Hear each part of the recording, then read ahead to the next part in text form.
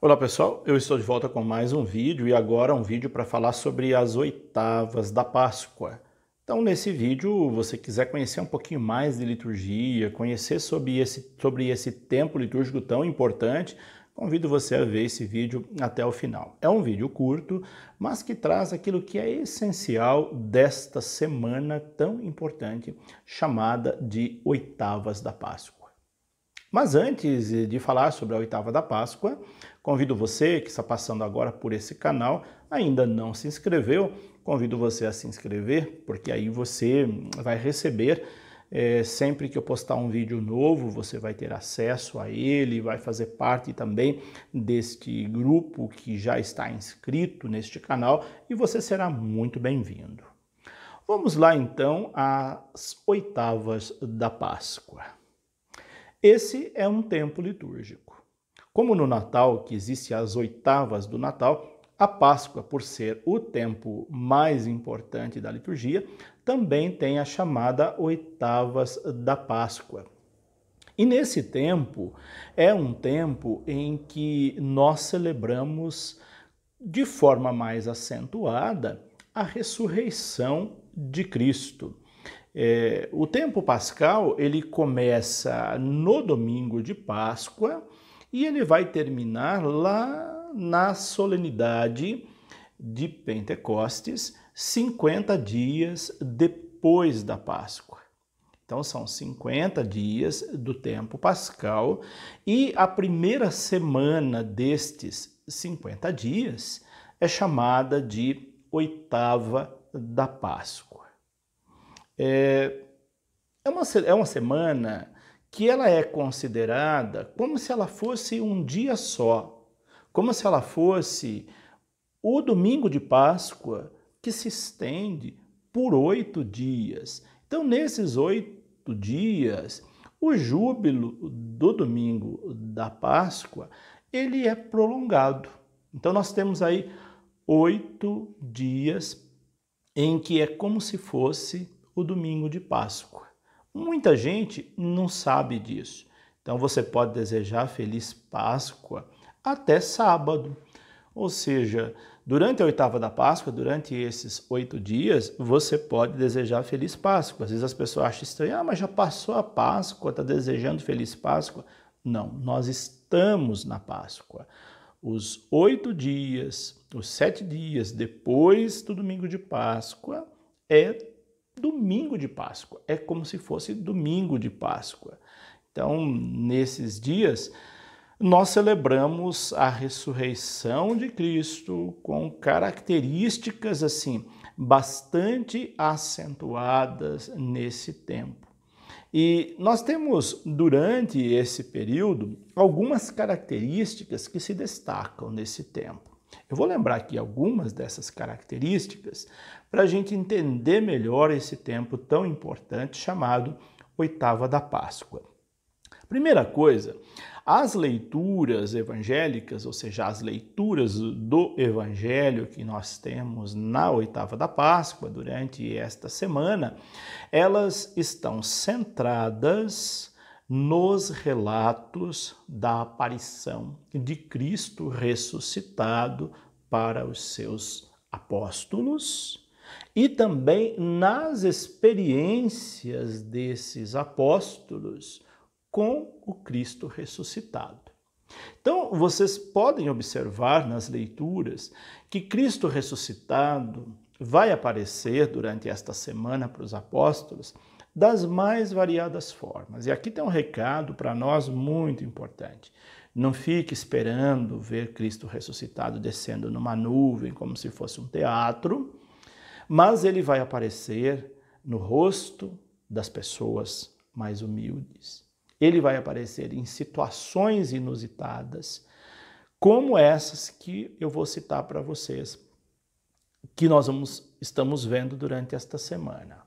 Bom, ele vai aparecer como um pedinte, um andarilho.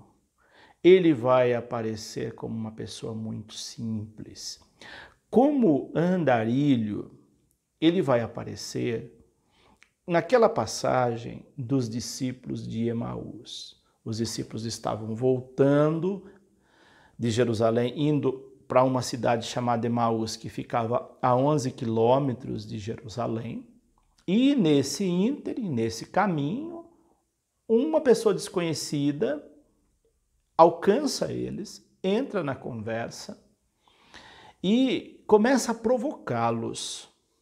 Essa pessoa era um peregrino, era um migrante, era um refugiado, poderia ser qualquer uma dessas pessoas. Não era uma pessoa conhecida, não era uma pessoa da região, era uma pessoa que estava ali andando pelo caminho e faz arder o coração dos discípulos. E eles só vão perceber que aquele peregrino que entrou na conversa deles no caminho era Jesus ressuscitado quando eles vão partir o pão, porque o peregrino fingiu que ia mais adiante, ou seja, Jesus disse que iria mais adiante e eles convidaram para entrar e ali fez uma refeição com ele. Na hora de partir o pão, os olhos dele se abriram.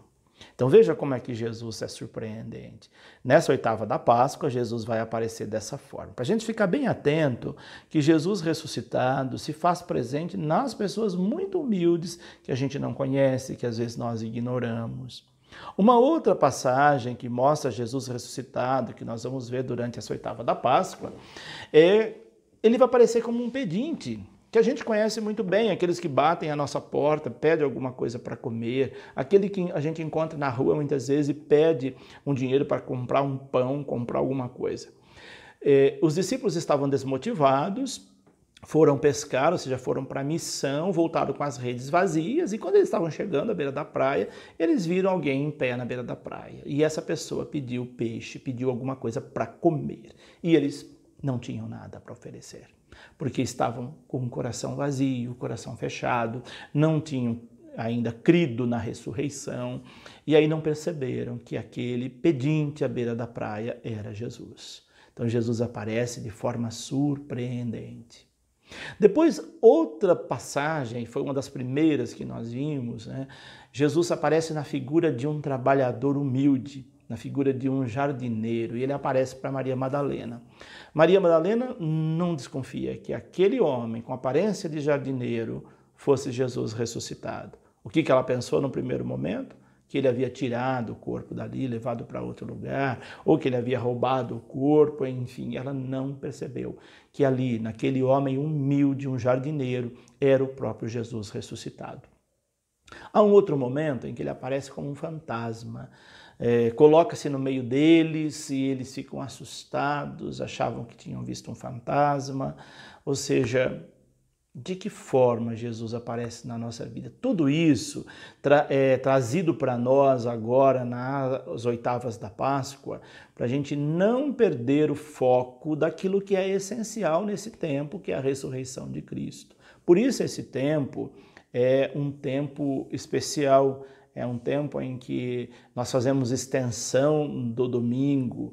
E outra característica desse tempo também que é importante em relação à primeira leitura que nós vamos ter durante a missa. Geralmente nós temos na primeira leitura, durante o ano, uma leitura do Antigo Testamento.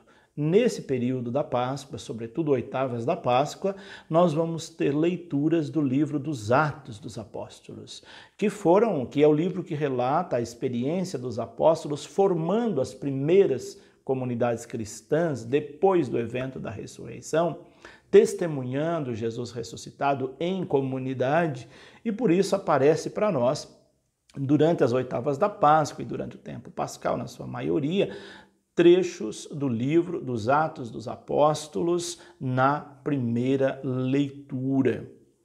E durante essa semana, outra característica importante é que nós temos hino de louvor. Geralmente, durante a semana, não se tem hino de louvor. Como a oitava da Páscoa é uma extensão do domingo, é como se fosse domingo todos os dias, então nós temos em todas as missas, até o sábado da véspera do segundo domingo, nós temos na liturgia hino de louvor. E tem também sequência, aquela sequência que é feita depois da segunda leitura, no domingo de Páscoa, ela é opcional também durante essa semana. Pode ser feita aquela mesma sequência que foi cantada no domingo de Páscoa, ela pode ser cantada durante essa semana, depois da primeira leitura. Mas ela é opcional, ela é facultativa, mas há essa possibilidade se você quiser solenizar ainda mais esta celebração.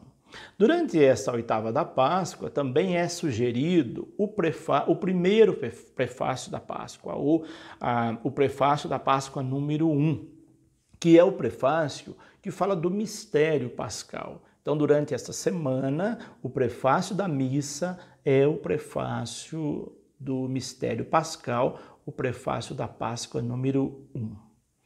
A oitava da Páscoa, então, ela vai encerrar no segundo domingo, que é o domingo da misericórdia. O segundo domingo da Páscoa, que encerra as oitavas da Páscoa, é também chamado de o Domingo da Misericórdia. E quem instituiu esse Domingo da Misericórdia foi o Papa João Paulo II, hoje São João Paulo II, por ocasião da canonização de Santa Faustina.